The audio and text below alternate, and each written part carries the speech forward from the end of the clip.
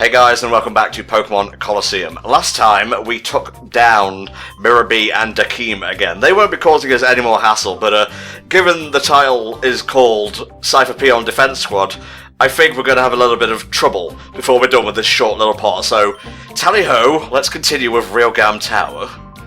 Yeah, so this is like a mid-section that breaks up the boss rush, because from fighting the first two Cipher admins, you can probably guess we're going to be fighting Venus and Iron again later on. But between that, we get this awkward little section of there's a few Cipher Peons that lurk around, and they're going to confront us. I don't think this guy has a Shadow Pokemon, but the other Cipher Peons that we fight in this part will. So, you know, we got a few more to snag, and it was an awkward point on my end of deciding where to put it before thinking, you know what, fuck it, it's its own part. Yeah, it'll be there Friday when this goes up, most likely. Like, people have stopped caring about HFC at that point, so there you go. This one particular Friday was when everyone unsubbed. They've all been waiting for this moment. Everyone resubbed, like, the following day. It was really odd, actually. No, that's your optimism, Tom. Yeah, it really is. Don't worry, another whale will come along soon, and they will keep us afloat. Don't even. Okay, I won't even. So, Richie, how have you been enjoying our trip through Realgam Tower, mate? As good as you remember? Pretty much. I mean, it's one of those things where, once again, it's literally just battling the entire time. But I do remember sort of having a relatively good time in the first bit of Realgam Tower. From what I do remember, it was the final bit that annoyed me more than anything, and that was just because there were some pretty big challenges in sort of the final stretch of the game, in part because there isn't necessarily enough trainers along the way naturally for you to be at a decent enough level to take on the sort of final two bosses relatively well, but also they have some of the most difficult shadow Pokemon to capture. Right. And so you could potentially waste a lot of your Pokeballs on one of them, and then you've still got another battle to go. And if you lose at any point during sort of the stretch, I believe that you do have to go through all of it again, if I recall correctly. There's a checkpoint, but I can't discuss that yet because where the checkpoint is a little bit spoilery. But it's not as much of a gauntlet as it might first seem. Yeah, but I don't remember necessarily having a good time with it when I first played through Realgam Tower, but once again, it's been a very long time, so my sort of prevailing memories of it have washed away. It's not something that's stuck with me for many years, as has other gaming frustrations like, you know, Crazy Gadget. That one has stuck with me. Also BioLizard, for God's sake, BioLizard! We're past SA2 now, let it go. Even I don't bitch about SA2 that much. And there's nothing even wrong with Crazy Gadget. Maybe you just need to man up and get good. I was young. So was I! I'm younger than you! It was confusing, and I didn't like it, so get good. End of statement. Become better at video games post haste.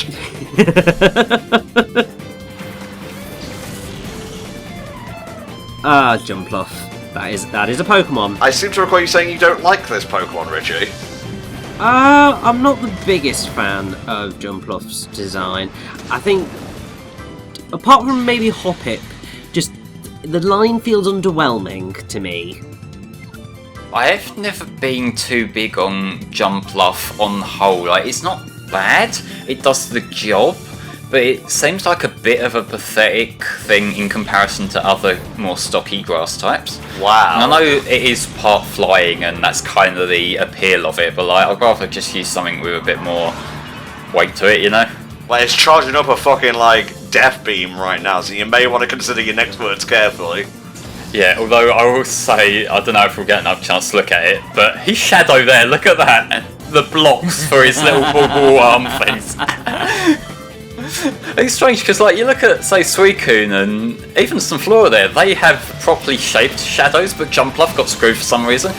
Seeing that solar beam coming from Sunflora there does not match his character. Well, you know what they say, Flame, like, the truth is often skin deep. You don't see it on the surface. Yeah, but Sunflora doesn't have skin, it has leaves. Well, we could debate plants all day, or we could talk about the fact double F in science. Let's just move on and forget I said anything. Okay, you failed in school, I get it. Wow, you've just been a real asshole this entire thing. I'd call you a cunt, but you have neither the warmth nor the depth of one. Oh, I deserve that. Yes, you do. Shut the fuck up and then unshut the fuck up and carry on talking. I don't really know what to say, like, there's Sunflora here, I'm gonna try catching it, hopefully I can do it quickly, we'll see. Alright, Sunflora, I'm looking up some trivia, guys. I'm sorry, but we've been besmirching this lovely Pokemon that looks like it could have come out of flower fields in Paper Mario 64. Yeah, I mean, basically my thing with Sunflora is Sunflora! That's basically all I've really got. It's adorable, though. Sunflora shares its category name with Espeon and Volcarona. They are all known as the Sun Pokemon. Sunflora is Meowth's most frequently used Pokemon disguise in the anime, having been used 7 times so far. That's nuts! Its Japanese name, Kimawari, may be a combination of Ki, yellow, Ki, joy, or Himawari, meaning sunflower. I think yeah. Definitely the Himawari for the sunflower, like, without a shadow of a doubt. There you go. Piloswine's a beast, I love his design. Mamoswine not so much, but like, look at this fucker here, like, he's just got his hair over his eyes, he probably can't see shit, he's just moving along. Maybe I have a slight affinity to creatures that are covered in hair, but hey. I mean, this would be you if you were a Pokemon Flame, let's be honest. Honestly, I like the entire Swinub line. Like, I think even Mamoswine is pretty cool.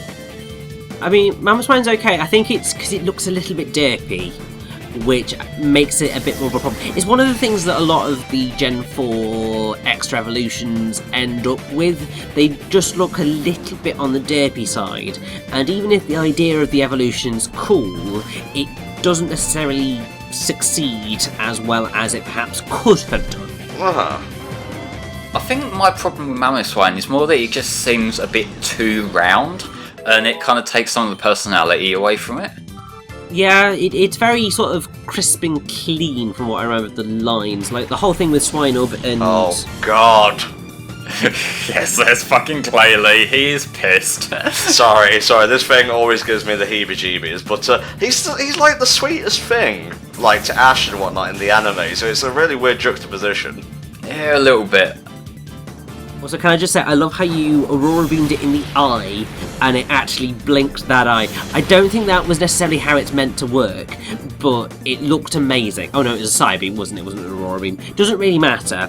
It still hit its eye, and it still blinked its eye, and it was still hilarious. That's amore, thank you very much. But I think in like Pokemon Battle Revolution, at least in like the original trailer, there was like environmental damage. Did that carry over to the finished game? I don't know, Rich. I think you have a bit more experience with that game than I do. I might have a bit more experience with it, but once again, it was a very long time ago, so I have absolutely no idea, because actually Battle Revolution was a really forgettable game, bar the general visual look of it. Yeah, like, it was basically just another stadium, really, wasn't it? It didn't have a proper plot or anything like these games do. It was Stadium, but without the things that made Stadium fun, despite the fact that I've never actually properly sat down and played a Stadium game. I have played them at other people's house, but I never owned them. Because like, the whole thing with Stadium was obviously you had all the mini-games, you had sort of the pseudo-story mode, you had just the general combat mode. Ghibli the Castle for life!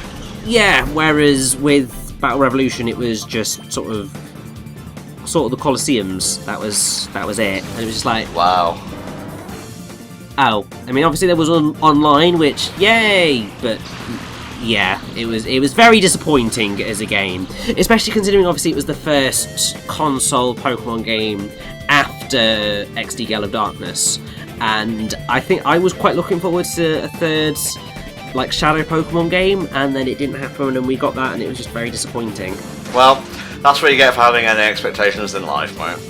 I mean, yes. Yeah, just go through your whole life completely nihilistic, you'll be fine. Just have a wicked sense of humour about Pokemon, it's fine. And everything in life. Don't take this life advice, folks. Am I going to catch this thing now, or yeah, let's please? see how this goes? It's like the end of the part. We need to start wrapping up. Please, please! I need a break from talking. Yeah, we've still got a good few seconds left before... Oh, thank God it's been caught, so we have got sort of no more battles for the rest of this part, thank God, unless, Flame, you're going to randomly slot like a really super speedy one in there somehow. Yeah, he just punches the guy and takes the Shadow Pokemon. Ah, bless. Alright guys, we'll see you next time when the proper endgame of Colosseum truly begins. See you then. Whee! This is fun.